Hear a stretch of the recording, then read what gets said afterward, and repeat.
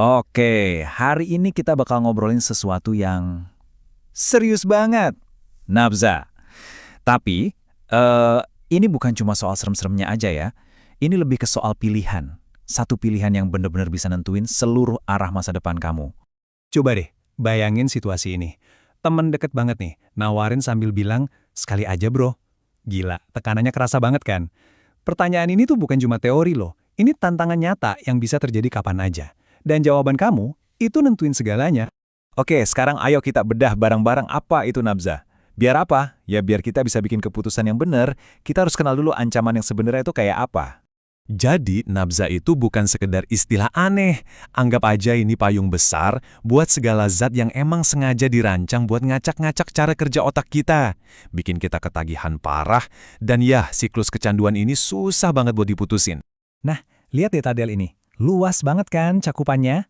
Dari narkotika yang udah sering kita dengar kayak ganja dan heroin, terus psikotropika kayak ekstasi dan sabu, sampai, nah ini dia, zat adiktif lainnya yang sering banget disepelekan. Ada alkohol, ngelem, bahkan rokok dan vape. Kelihatannya mungkin beda-beda, tapi potensi bahayanya sama aja. Jangan gampang ketipu sama penampilannya. Satu pil kecil, satu isapan, itu bisa jadi awal dari perubahan besar yang sama sekali nggak kamu inginkan. Zat-zat ini tuh ibaratnya bekerja buat ngebajak sistem operasi normal di tubuh dan otak kamu. Sekarang, kita lihat gimana prosesnya. Nggak ada loh, orang yang dari kecil punya cita-cita jadi pecandu. Nggak ada. Semuanya itu dimulai dari satu langkah kecil yang kelihatannya sepele banget, cuma nyoba sekali. Cuma lihat polanya di sini. Jelas banget kan? Awalnya dari penasaran, iseng-iseng, terus naik level jadi buat seneng-seneng aja biar gaul. Nah, mulai bahaya pas masuk tahap situasional. Dipakai sebagai pelarian kalau lagi ada masalah. Dari situ, tipis banget batasnya buat jadi kebiasaan. Dan akhirnya, kecanduan total, ketergantungan penuh. Di titik ini, kamu udah bukan lagi bos buat diri kamu sendiri. Pertanyaan besarnya, kenapa ada yang mau ambil resiko segede ini?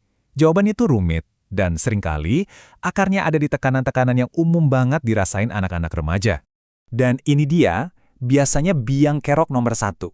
Keinginan buat diterima, buat masuk ke dalam sebuah kelompok, itu bisa bikin kita ngelakuin hal yang sebenarnya kita tahu itu salah. Kalimat kayak cuma kamu yang gak asik itu, wah, racun banget pengaruhnya. Kadang pemicunya dari rumah. Pas komunikasi di rumah buntu, atau suasananya udah gak harmonis lagi, godaan buat cari ketenangan di luar itu jadi gede banget.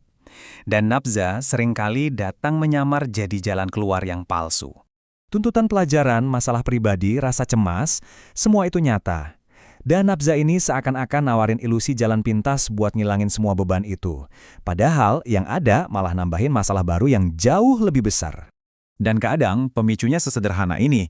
Sekali aja deh, biar tahu rasanya kayak apa.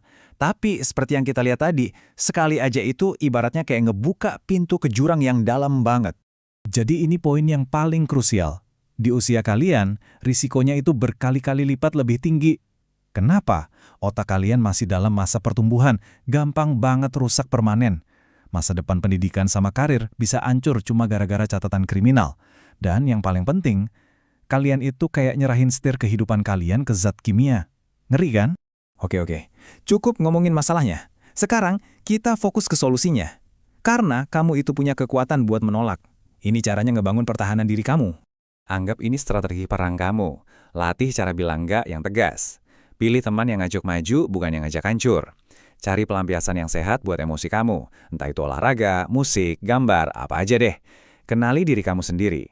Dan yang paling ampuh, punya mimpi, punya tujuan. Orang yang punya tujuan hidup itu bahkan jauh lebih susah buat digoyahin. Coba deh, ucapin kalimat ini berulang-ulang sampai kedengeran alami dari mulut kamu. Ini bukan cuma kata-kata loh. Ini adalah deklarasi tentang siapa diri kamu dan mau kemana hidup kamu. Jawaban yang tegas dan percaya diri itu nggak ngasih celah buat dinego.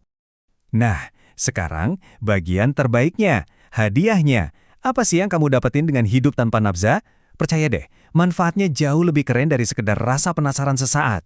Dan ini dia hasil akhirnya, kesehatan fisik dan mental yang prima, emosi yang stabil, prestasi, dan yang paling penting, kebebasan sejati. Inilah hidup yang seharusnya kamu perjuangkan. Setiap kata tidak yang kamu ucapkan buat nabza, itu artinya kamu bilang iya buat semua hal-hal baik ini. Jadi, Intinya cuma satu, pilihan ada di tanganmu. Setiap hari, kamu dihadapkan pada pilihan. Jangan pernah korbankan masa depanmu yang luas cuma buat rasa penasaran sesaat. Pilihlah jalan yang bikin kamu tumbuh. Pilih masa depanmu. Pilih dirimu sendiri.